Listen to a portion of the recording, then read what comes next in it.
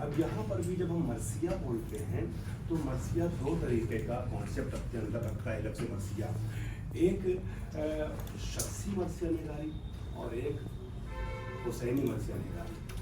شخصی مرثیہ نگاری کو ہم نے عام مرثیہ نگاری سے تعبیر کیا ہے تاکہ ہمارے قارئین، ہمارے مخاطبین جو ہیں ان کے لیے سمجھنے میں آسانی ہو جائے کہ جب ہم مثال کے طور پہ محمد شہزادہ محمد کے بارے میں امیر خسرو کے مرثیے کا ذکر درج کریں اجمالاً، اس طرح کے اور بھی مراثی جو شاہ سلاطین کے بارے میں کہے گئے ہیں،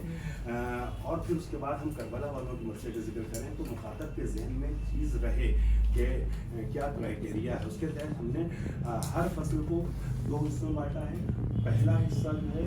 فارسی مرثیہ نگاری، دوسرا حصہ اردو مرثیہ نگاری۔ پھر ہر فصل کو ہم نے دو بخش کر رکھا ہے، عام یا شخصی مرثیہ نگاری، خاص یا حسینی مرثیہ نگاری۔ اس طریقے سے گویا ہر فصل میں ہمارے 4 بخش ہیں کل ملا کر کے۔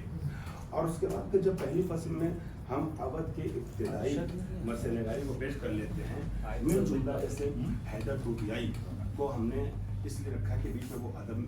یہاں آئے، اودھ میں آئے اور آگرہ وغیرہ میں لے کر کے انہوں نے ایک دم شروعاتی دور میں مرثیہ حسینی کی کچھ کلام ہے جو تھوڑا سا مشہور ہوا اور رائج رہا زمانے قدیم سے۔ تو جب یہ حصہ ختم ہوتا ہے جو نسبتاً مختصر ہے پہلی فصل کا، تو ہم دوسری فصل پہ آتے ہیں، اور تیسری فصل کو عنوان ہمارا ہوتا ہے مغلیہ حکومت کے دوران اودھ میں فارسی اور اردو مرثیہ نگاری کا تقابلی مطالعہ۔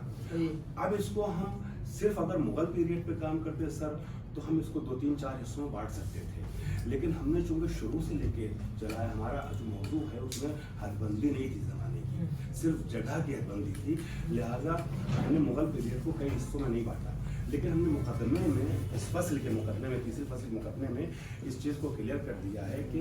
یہ فصل ہماری اصلی ترین فصل ہے اور زمانے کے لحاظ سے 3 صدیوں پر مشتمل ہے۔ 1526 عیسوی سے لے کر کے 1856-57 تک آیا ہے، لہٰذا اس میں حجم تھوڑا سا زیادہ بننے کا امکان ہے، میں نے شروع میں کلیئر کر دیا۔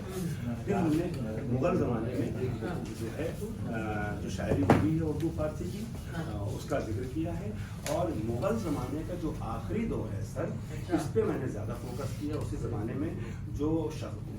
خاص مرثیہ نگاری ہے یا حسینی مرثیہ نگاری، اس کے 4 بڑے ستون میر ضمیر، خلیل، میاں دلگیر اور مرزا جعفر فصیح وغیرہ آتے ہیں۔ تو ان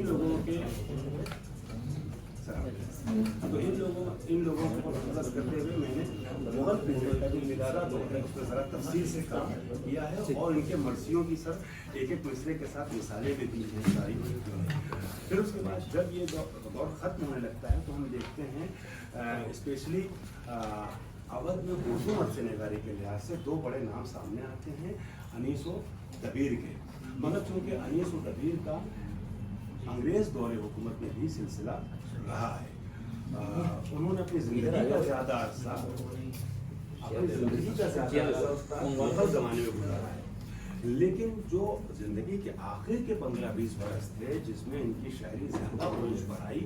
تو اس کے باوجود کہ زیادہ